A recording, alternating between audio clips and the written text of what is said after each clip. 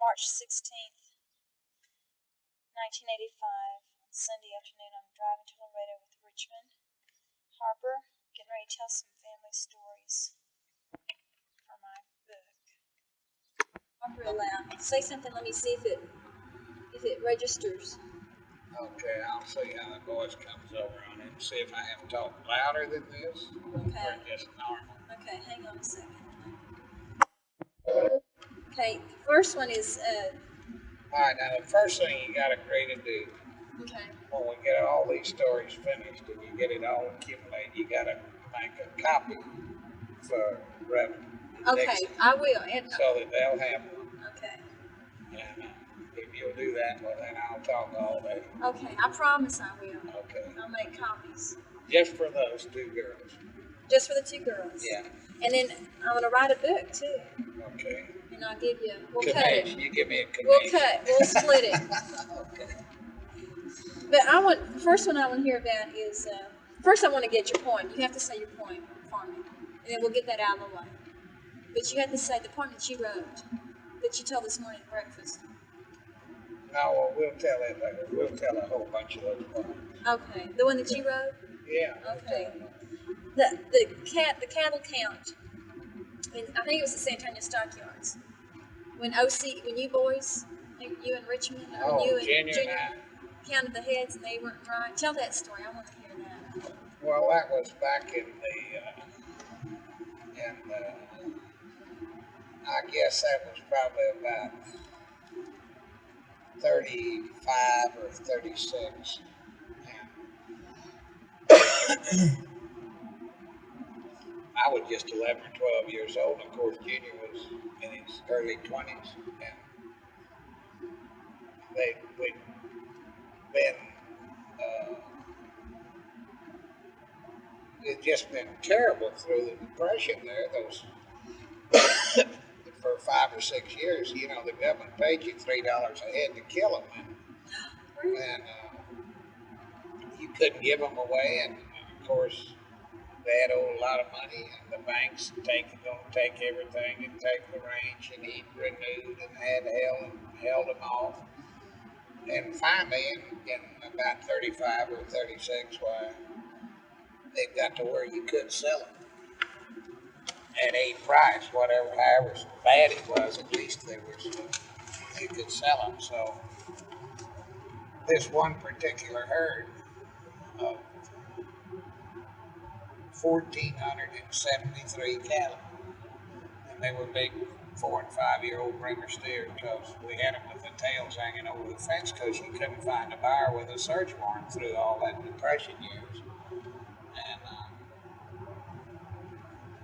so at that time we used to drive the cattle up to the other snaggers, and then they'd scratch them and everything across the river, and then we drove them across the bridge.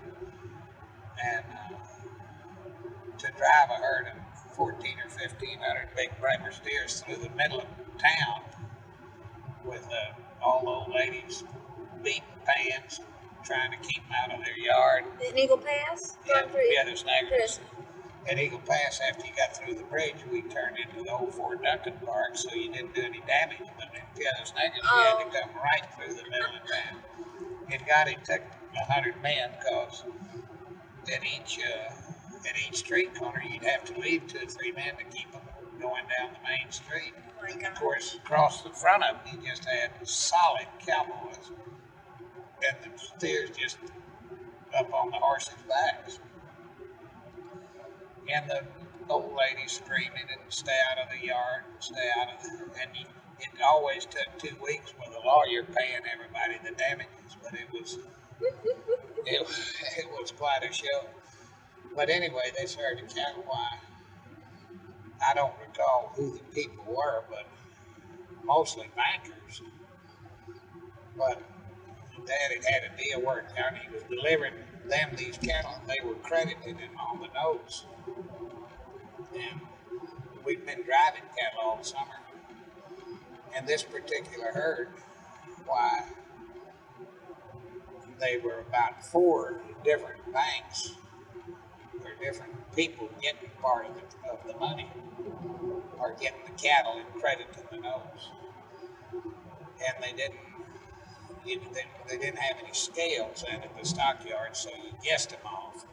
You guessed the weight, and so Dad was there, and he finished guessing the weight per steer, and so then all we had to do was count. By this time it was night, and not a very good light,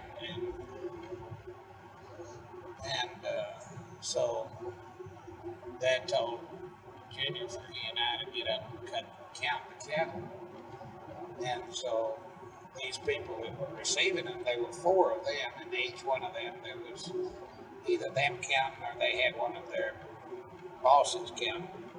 So there were four counters, and Junior and I were on the other side, and I was just a little old kid. But I was a pretty good counter. I'd been counting since I was old enough to walk, and Junior was excellent.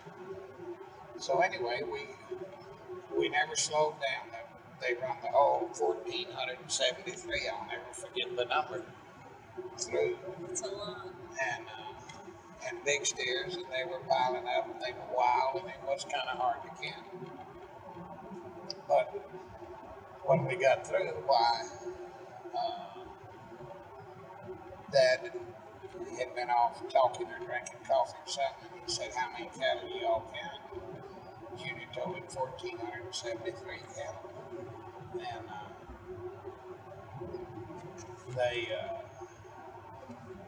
all these other counters on the other side, they all got their heads together and they messed around for 5 minutes, and finally said, "Well, they're 1,475 cattle." And Dad said, "No, the boys say that they're only 1,473. And well, they said those two damn boys can't count with us. There are four of us counting, and we all counted the same, and we're right. So we're going to credit you with 1,473 cattle on their grade weight." And Dad said, "No, you're not going to do that, because my boys know how to count. They don't make mistakes." And of course, right away, this kind of shook us up a little. The pressure. And when we saw that we were going to have a discussion about it, and so Junior stepped over to him and told him that, we weren't. He said, "Well, did you count the cattle or not?" He said, "Sure, we counted." And he said, "Did you both count the same?" He said, "Yeah, we counted 1,473. He said, "Well, then you're right." And he said, "Well, I wouldn't bet my life on it." So he just said, "Well, that's all I want to know." And he stepped back, and they still were being kind of hard-headed about it, and said, "No, we don't want you to deliver us, be 2 cattle short, so we'll take our count." Dad said, "No, I don't want to get credit for anything I didn't deliver, and what I'm delivering is 1,473 cattle.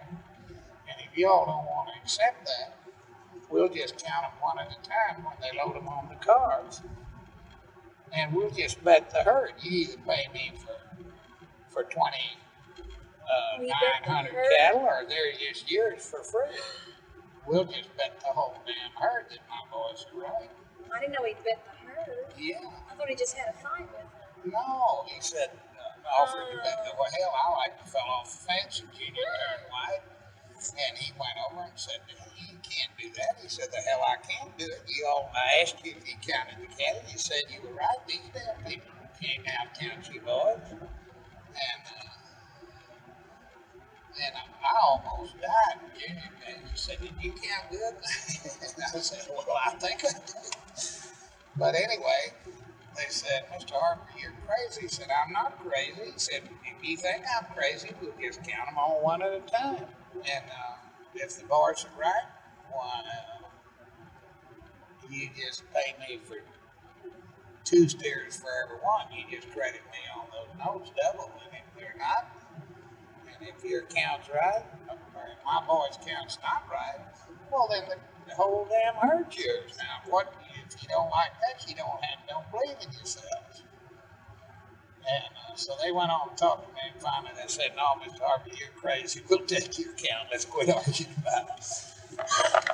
And gosh, we were relieved. But anyway, we did stay and count them on the cars and loaded them one at about 30, 40 head to the car. Just to reassure you. Well, we had to load them anyway, so we did count them one by one with the railroad, and we were right. He would have won the bet. Oh, 2-1. So that kind of gives you kind of an insight into the kind of character he was, because he believed in what he believed in his boys, which was kind of hard to believe in Jimmy, but I wasn't very big. Well, but how do you learn to count cattle anyway? Just by practice. Just by we going counted out all the time, and we were pretty good. I bet that's hard though, because they bob up and down. Okay, now you got the first story on the record. Okay, I've got that on. And now, okay, I want to get Smokey, but are you tired of telling that story? Are you tired of telling about Smokey? Tell me Smokey, yeah, because that's a good one. This is what I have. Smokey, Mimi, and Pancho Villa, the trail ride tale about Gus Black that you're going to tell me a while ago, and I told you not to until. Yeah. Well, of course, we're just jumping around. Yeah. Well, how do you want to do it? Can you think of a better way? Well, what I ought to do, we ought to start when I was a little boy with the stories of my grandfather. Okay. Well, let's start like that. And then we'll work up to Okay. to present day. Okay. And there's one thing for sure about this family, because it may not always be right, but they were never any of them dull. Nothing. They were all colorful in some shape, manner, or form. You know what I'm going to do? I'm going to stop it. You don't come over to sounding real country on the machine. I know. Uh-uh. And it seems like I do. Look at those. Those are thistles, aren't they? Yeah. That's pretty. Okay, I have the machine going. All right, cut it off. Okay. Hey, it's on. Okay, none of this, we'll get mixed up, we'll jump around, but we'll try to stay in some kind of order. Okay. And we'll try to start with my grandfathers, which is as far back as I can remember, which are your what? Great-grandfathers? No, just Great-grandfathers. great-grandfathers. No, it'd be if it's your, well, anyway. Anyway, whatever. They're the same ones. Right. And they were much alike. Except that they were both blind in one eye and the same eye. And they were both tall, and I remember Grandfather Black as being a big, tall man. He must have been 6'4" or 5", and straight till the day he died. He stood straight as an arrow. And they both take a drink. They didn't have anything wrong about that. They both liked to look at a pretty girl. There's sure nothing wrong about that. Gus Black and Albert. And Albert Harper. Your grandfathers. Yeah. Okay. My grandfathers. And on the Black side, why, Gus Black was left an orphan. His family died. They came from New Orleans. And his family died in a big cholera epidemic that they had in San Antonio. And he was left a little boy. And he started work, I think, in the cow camps when he was just a little fella, maybe 12 or 14 years old. And I remember him telling me the first time he crossed the Nueces River and it's hard for one to picture that today, the way the country is, all the brush and everything. But he said, I think it was someplace where maybe La Prairie now is, or someplace between Crystal City and Uvalde. And he was going to work for a ranger down there. And he was still just a little boy, and this was, I guess, before the Civil War. And they crossed the river and rode up on a little hill, and there were some big oaks and a few trees along the river, some willows and some big oaks. And he said, just as far as your eye could see, it was just waving prairie of grass. Really? No brush at all. No trees, That is hard. just beautiful waving grass. it was in the spring of the year, and he said he'd never seen such a beautiful sight in his life, and still hadn't till he died. And there were no, of course, the domestic animals brought the brush, but at that time there were very few cattle,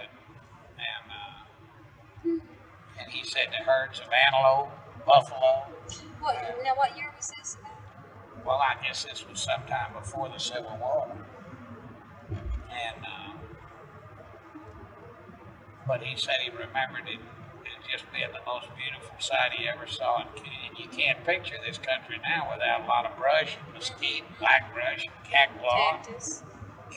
And he said there was nothing, just grass, just a few big oaks along the creeks. And the creeks were all running creeks at that time. Of course, there wasn't anybody drawing water off for irrigation or anything. And herds of buffalo and deer and antelope. But anyway, he started work and took, I believe it was 11, maybe it was 9 herds of cattle up the trail to Kansas, Nebraska. And the first times he was just a cowboy, and then he became a trail boss because of his ability as still a very young man. And through those herd drives is where he saved up enough money to buy what's now the Black Range. And he told them it must have been something that we just can't imagine. The hardships and the trials of getting a herd of cattle from South Texas to Kansas or Nebraska through damn floods and droughts and snowstorms and blizzards and Indians and bandits and outlaws. But they were tough people, and they had tough men. And when you signed on with one of those outfits, you signed on to fight or die or whatever you had to do. But he told some great stories about his trail driving days. And one of them that impressed me was that one of the first times he was a trail boss, the first herd that he was a trail boss, when he crossed the Red River into what he referred to as the Indian Territories, which is Oklahoma now. And a whole big band of Indians, about, he said 300 or 400 braves, stopped the herd. And what they wanted some beef, because it was a lot better meat than buffalo meat. And so they told him that he could talk a little Indian by then, and maybe he had somebody with him that could, but they communicated all right. And they were all braves. They had their war paint on, ready to fight. And if you didn't give them 40 or 50 steers, why, they just stampede the whole herd. You'd have to fight them, and they'd just take them all. But off about, he said 100 yards from where they were,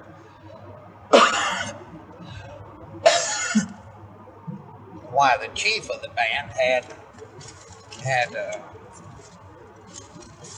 one of the Indian princesses with him, or his squaw, or his wife, or whatever, on one of those deals behind a horse, the two poles. Yeah, the two poles behind a horse, and he'd left her sitting over there, and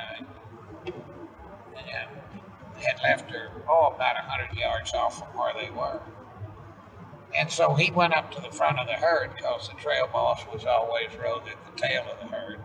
But he went up to see, and he knew he was in trouble. And he said, if I give in to these damn Indians, tomorrow they'll be back and want 50 more, and the next day they'll want 50 more, and we'll end up giving them the whole damn herd, and we've got to stop this some way. But he said mainly he was stalling for time to try to get a plan formulated to see if he could think of something to work it out, because if they were going to fight, they were going to damn sure lose, because they were 300 or 400 of them. then he had a big herd and maybe 30 cowboys. If he didn't get the herd through, well, then it was a total loss. So he said he kept stalling for time.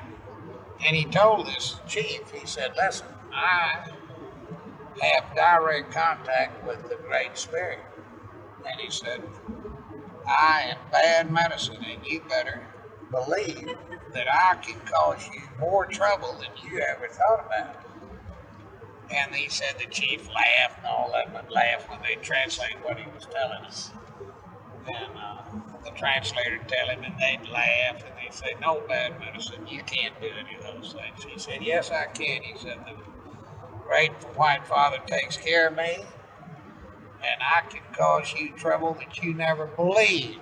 And you better listen to what I'm telling you. And all this time he's thinking just hard as he can, what the hell am I going to do, you know? And he said it was a kind of a clear day, but there were a few little puffy clouds around. And he said one little cloud had built up, and he hadn't hardly noticed it. And he said, all right, I'm telling you the last time now, if you don't get away and leave us alone, I'm going to cause you bad medicine. And they all laughed. And he said, just like the Lord had heard him, out of this one little old cloud, it comes a big bolt of lightning and hit that Indian squaw and that horse right on the head. Are you serious? And just melted him. You know, the horse and the squaw and both just killed him dead as a doornail. Are you serious? Yeah, that's just the way he told That's it. what Gus Blanks. Yeah, that's it.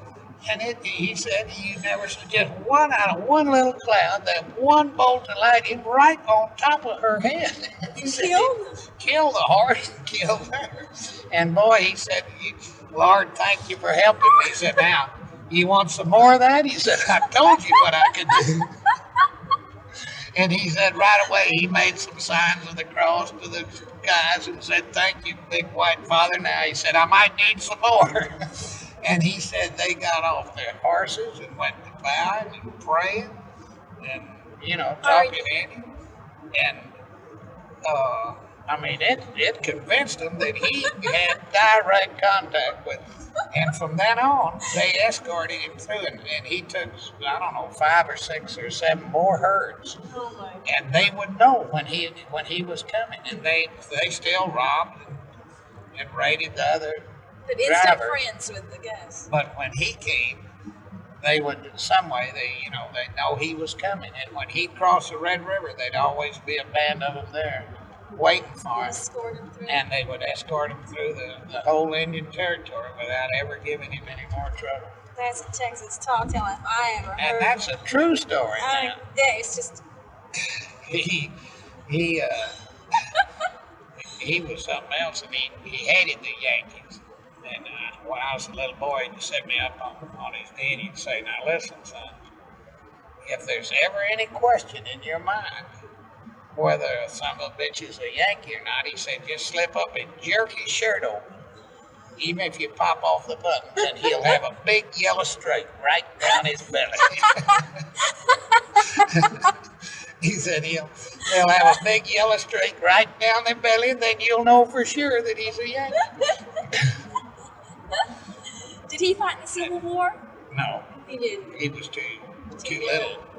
And, Oh, God. but a lot of his people did. Oh. And then even when he was an old man, why he'd come to Eagle Pass and get Dr. Gates, and he and Dr. Gates would go across the river and get a bottle of tequila and see the girls dance a little, even when they were old. Was he married then? Was Rosa still alive? Sure. But they just, they were quite some characters. He used to say that, because they lived down in the brush country, and Papa Harper lived up in the canyons, up in Utopia. And when Dad was courting Mother, why, Granddaddy Black, he just thought that's damn near as bad as, he didn't know how bad that was, but he thought those people up in the canyon were inferior, just cedar choppers.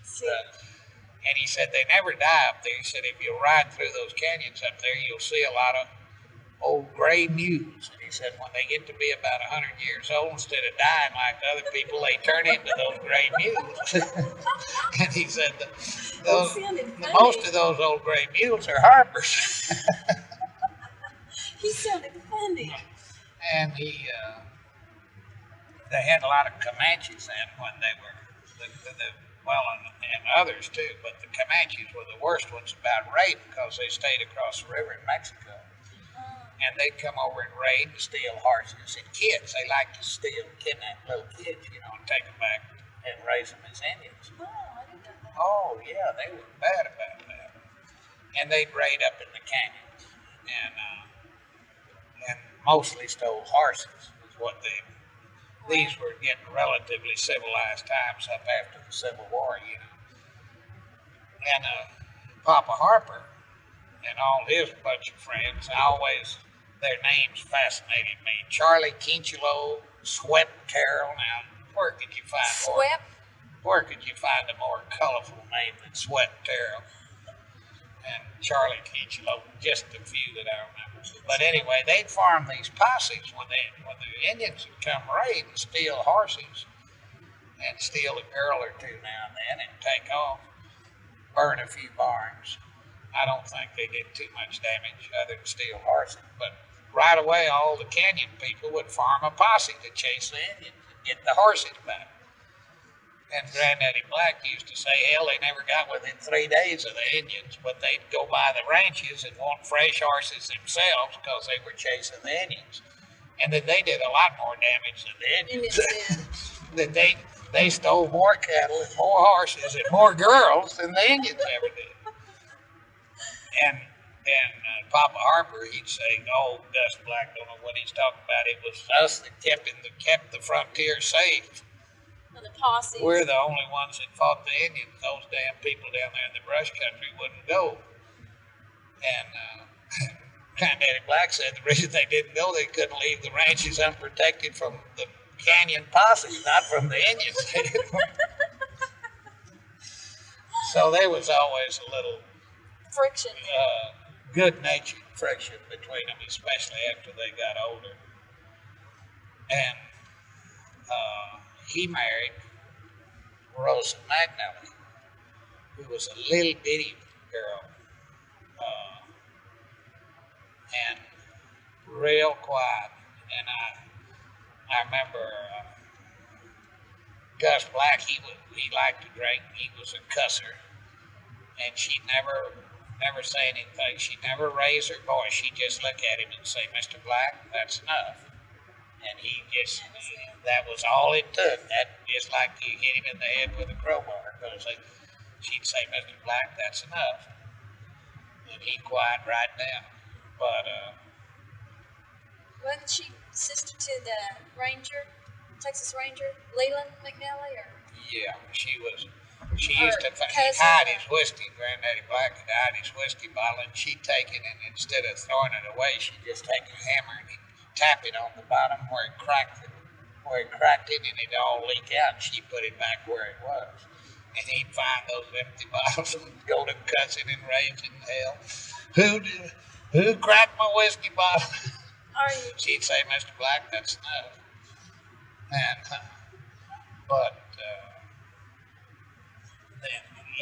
the McNally was her brother was Lee McNally, who was the famous Texas Ranger. Was her brother. And he was the one that cleaned up the Nueces Trail. To begin with, he died when he was 33, so he's got to have been a hell of a character. And he died of tuberculosis, what they call lead consumption. Mm-hmm. And from being exposed, but he was a captain, I believe, in the Civil War, or a colonel, maybe, I don't know what but he was the youngest of all, and I believe that he's the only case in the history of war in the United States where a cavalry troop captured a battleship. The Yankees had taken New Orleans Mm-hmm. and had some battleships in the harbor there. And he came into New Orleans and dismounted his troop of cavalry. He was a cavalry officer. And they mounted the ship and took the ship over and sailed it out and got away with it. And so, how did they know how to sail a ship? well, maybe a few of them knew how to run the ship, but I think it was the only case where a cavalry troop ever captured a battleship. And then after that, after the Civil War, there had been a long-lasting dispute about where the boundary was between the United States and Mexico. And the United States claimed it was the Rio Grande, and Mexico claimed it was the Nueces. So it left a strip of land from Carpus down to Brownsville and back up, I guess, to Uvalde or someplace north of Uvalde, where the Nueces headwaters were, and that was, they called it the Nueces Strip, and it was kind of a no man's land for years. I know that. And when the Mexicans were running from the law, the outlaws had come in there, and from the same way on this side, all the outlaws would go in there. It was kind of a no man's land and no law, and kind of a survival of the fittest. And all the kingfishers and the bad Mexican outlaws, the John Wesley Hardens, they were all at one time or another in that area because there wasn't much law. So when they farmed the Rangers, why Captain Lee McNally's assignment was to stop the raiding from the Mexican side. And I've got that article that was in the San Antonio paper here 8 or 10 years ago, and I've got it. I'll show it to you, make a copy of that. Captain McNally. And with no authorization, he invaded Mexico after one of these bands of Mexican cattle thieves with his rangers. And the governor wired him that he was causing an international incident, and to get back across the border that he had no authority over there. And this was straight from the War Department, the Secretary of War in Washington. And he answered him back with a wire that he had come to capture or kill these Mexican bandits, and that he would return to the United States at his discretion, and to please advise the Secretary of War and the government of the United States in Washington that Captain McNally said for them to go to hell. And he stayed till he finished what he was doing and then came back at his discretion.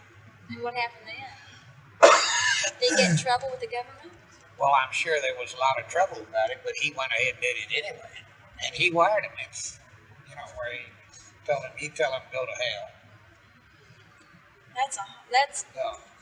So now that's the. Let me just ask you one question about him. Did he fight Kingfisher, or did he have something to do with King? Did he have a run-in with Kingfisher? No. Okay. No. Well, maybe he did, but not that I know. You hadn't heard any stories. Because Kingfisher was, but a lot of those outlaws, like John Wesley Harden and Kingfisher, half the time they were lawmen, and half the time they were outlaws. But Kingfisher, his ranch was over here on the Pendentia Creek between Carissa Springs and Eagle Pass. And there was apparently a fork in the road there, and he had a sign up that said, "This is Kingfisher's road, you take the other one." But how was he related to us? I don't know if he for sure was related. Okay. He may not have been related at all, but Billy says, and some of his people says he was. He was. So I think he was. Anyway, we ought to claim him. He was pretty colorful. He sounds like one of our group. And sounds like he could have sure been one of our relatives. And he was a good friend of Papa Harper's. Papa knew him real well and said he was a fine fellow, and a good-looking man, and a good fellow. But Papa, he was a big friend of Pat Garrett's that killed Billy the Kid in later years and gained his fame through killing Billy the Kid. But he was originally in New Valley and grew up with Papa, and they were big friends. Sam Bass was a big friend of Papa. Who was Sam Bass? He was another famous desperado Oh. of Texas, was killed in Round Rock, and they wrote songs about him. I need to look that up. So all of those people were friends of Papa's. And Papa's people had originally come from Virginia, and our ancestors had Harper's Ferry, where the Civil War started, where John Brown's raid was. That's where the Harpers were from? That's where the Harpers were all from Virginia. Well, the blacks had been from Virginia too, and the blacks had come to New Orleans, where then they all died out in that cholera epidemic. But the Harpers had originally come from Virginia also. And I think they came by way of New Orleans. And his father had brought is the one who owned, when Papa was a little boy, had owned Rebel, the racehorse. Oh, that's After who Rebel is named. And Albert Harper's daddy. Albert Harper's daddy, my great-grandfather, who I never knew, but he was a great horseman. They'd raised horses and had cotton plantations in Virginia. And when he came to Texas, why, he brought Rebel with him. And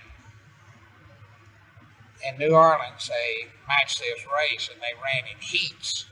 3-mile heats. You'd run 1 mile, and then you'd rest 5 minutes, run another mile, then you'd rest and run another mile. You'd run 3 or 4 heats. And so he matched this big race with some famous horse there in New Orleans at the time. And they kept betting, and they kept betting, and they finally ran out of money. And our ancestor, Papa's father, still had money, and the other people ran out, and the man had a beautiful grand piano that they brought in from the east into New Orleans. And so he finally even bet the piano, the grand piano, when they finally ran out of money. But they had bought the jockey, and on the deciding heat, they had won 1 heat apiece, and the 3rd heat was the deciding heat. So Papa was a little boy, said his father got the buggy and went on the inside of the track at about the quarter pole from the finish line. And when they came around the curve and hit the stretch and were coming on to the finish line at about the quarter pole, why, he stood up in the buggy and had his gun and hollered at the jockey, said, "Turn him loose or you'll never get to the finish line." And the boy turned and saw the gun and turned him loose, and they won the race. So besides all the money, he won this grand piano. And they brought it to him to Sweet Home, which is someplace, I don't know exactly where Sweet Home is, but I think it's someplace maybe close to Hallettsville,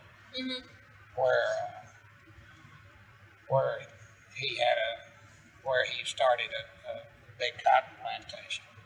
And that grand piano was the first one west of the Sabine River. Really? Now, see, I didn't know that. And he told about when the war was over, he could remember the war being over, and so the boys coming home, and so many of them without limbs, without a leg or without an arm. They'd had to amputate so many, and he remembered real well when they freed the slaves. There were a whole lot of slaves that his father had, and when they freed the slaves, he remembered them coming and begging not to free them, to let them stay and let them work, because they were. He said they were real good to him and had a real good relation with him, but they just cried and begged not to go. But they had to. And then from Sweet Home, they moved to Utopia. Papa Harper. Yeah, when he was to the canyons up here. And they sold the plantation after the slaves, and those were hard times. But I don't know whether they took it or bought it, but they owned a lot of land up in the canyon, along and the Utopia Canyon, the Sabinal Canyon, and over in the Hondo Canyon too. And that's where my daddy grew up, and your grandfather, Ossie, his boys, and that's where the Fishers came, the Methodist minister. And he comes with a house full of pretty girls, and here are all these wild Harper boys, these dancers and shooters, cowboys. And sure enough, two of them married two Fisher girls. So that's the way we got started on that side of the family. Now, you said earlier about Mr. Albert Harper and Judith calling each other Mr. Tell me that story about knowing the art. Just real quick to put that on here. That's so cute. Well, that was years later when I was a little boy and we lived at the ranch.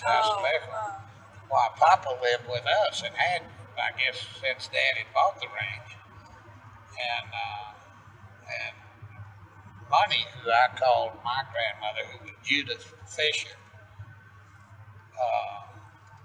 lived in San Antonio, and they always talked to each other as Mr. and Ms. Harper and Mr. Harper. And I never did figure out how they had 6 kids with that kind of a relationship, but they sure enough did. And when he'd come down, when she would come to visit, and she'd usually stay several weeks, a couple of times a year, and Mother'd try to get Papa to clean up, and he'd get on those old dirty buckskin clothes. He had old buckskin pants and shirt, and they'd get greasy and dirty, and he couldn't wash them, and they smelled bad, and he wouldn't shave, and he wouldn't wear anything. The rest of the time, he always dressed up pretty good for supper time, but when she was coming, he wouldn't shave, and he wouldn't bathe, and he wouldn't put on anything but those old greasy buckskins to meet her with. And then they'd talk to each other, it's Mr. and Ms. Harper, and they usually argue. And I remember one thing he'd tell her, now, you're an expert on the Methodist Church, and you know about all what the Bible says. And he said, there's definite proof that the Bible is not all right. There are a lot of things in there that cannot be, because he said anybody knows that there's no way possible that Noah could have gotten 2 javelinas on that boat. He said, I could believe the lions and the tigers, but he said, nobody in his right mind would believe you could load 2 javelinas on a boat. So he said, that disproves that theory immediately. I love that. That's wonderful. That is, and he might have had a point. That would be hard to load 2 javelinas without some divine help. But he was on, as a young man, he was a scout with General McKenzie. And there's several books been written about the General McKenzie raid into Mexico when they finally wiped out the Comanche Indians. And in fact, I saw one in a paperback not long ago, and I meant to get it and didn't get it. So. But he said that they crossed the river also, and the Indians thought they were safe over there because the United States cavalry couldn't go over there. But they crossed and surrounded the camp, which was a big camp, before daylight. And he said he remembers that just after daylight, a squaw came out with a bucket to go to the creek to get some water. And that's when they started firing, and they killed her, and then they blew the charge and attacked the camp, and and just wiped them all out. Women, children, men, the whole bunch. So there's some Bad. Incidents in our history that are not too good either. And that was kind of the last of the Indian raids because they were all dead, or most of them were. In that area. In that area. But we're just about the end of this tape. He stayed in Utopia for, well, till Dad was grown. And then he went to Mexico with Dad. And then when I was growing up, why, I got that wealth of stories from him. From your dad? From my grandfather. From your granddad. And he taught me all kinds of things. You know, he was a great horseman. And I understood horses. And I learned more about horses from him than I ever did from anybody else. He was a good shot? He was an excellent, great hunter. And he had his, he didn't work much in those years. Of course, he was old when I was growing up, but he had